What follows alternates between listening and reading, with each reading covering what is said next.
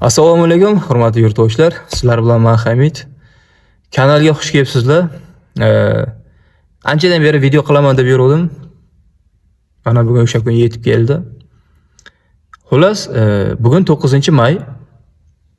Ko'pchilik eshitgan bo'lsa kerak, ko'pchilik emas, ya'ni butun O'zbekiston xalqi bilsa kerak, adashmasam. Surxondaryoda yana utichka bo'ldi, ya'ni o'sha kunlarning birida gaz sizib chiqdi, ya'ni. O'shida yashab turgan odamlar videoga olib turib ijtimoiy tarmoqlarga qo'ygan va aytishlari bo'yicha gazni balandligi 100 metrdan 150 metrgacha yonyapti. Gazni balandligi. Lekin videoroliklarda ko'rdim, ko'rinishi достаточно vahmali. Вот. Hurmatli elektroenergiya vaziri Jo'rabek Mirzomahmudov, yana sizni biz tanqid qilamiz. Tuhmat qilmayapmiz, tanqid qilyapmiz. Har holda asosli tanqid qilyapmiz. Bu nima qilgan ishlaring endi bu? Xalqqa nisbatan gazga, svetga narxni ko'tarib qo'yganlaringdan Surxondaryoda bu havoga uchirayotgan gazlaring, yoqib qo'ygan gazlaring bu nimasi bo'ldi endi bu? Bu reklamami endi? Shunda mana ko'rlaring bizda gaz qancha deb. Har holda hurmatli prezidentimiz aytmagan bo'lsalar kerak. Svetga gazni narxini ko'tardayin Surxondaryoda kunlarda birida bir yoqib qo'ygin, ko'rsin xalq deb. Bunaqa buyruq bermagan bo'lsalar kerak. Hurmatli elektroenergiya vazirligi e'lolmaysizlarmi? Aqllaring yetmaydimi? Bilimlaring yetmaydimi? Nima qilasizlar? Yer osti boyligini ochib просто takka havoga uchirib qo'yibsizlar. Bu xalqning boyligi emasmi? Aslan bu turishda bunaqa qilib isrof qilsalaring, bu kelajak avlodga nima qoladi? Savol, kelajak avlodga nima qoladi? O'sha videoda yashab turgan odamlar videoga oltirib ijtimoiy tarmoqlarga qo'ygan. Tagiga tushib kommentariyaga qaranglar, sizlarga qarshi qanaqa fikr bildirilgan.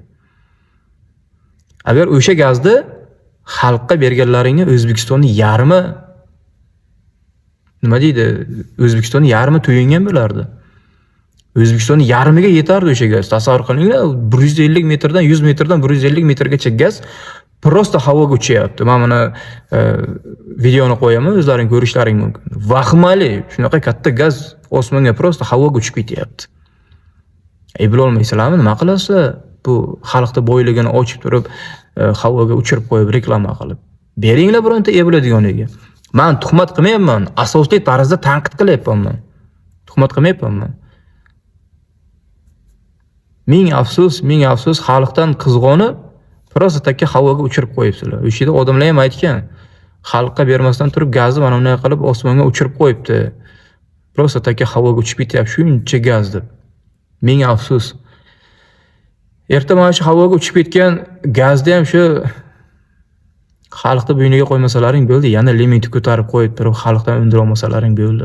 Bu albatta meni fikrim, tuhmat qilmayapman. Bu fikrim meni, просто fikrim. O'zimning shaxsiy fikrimni bildiryapman.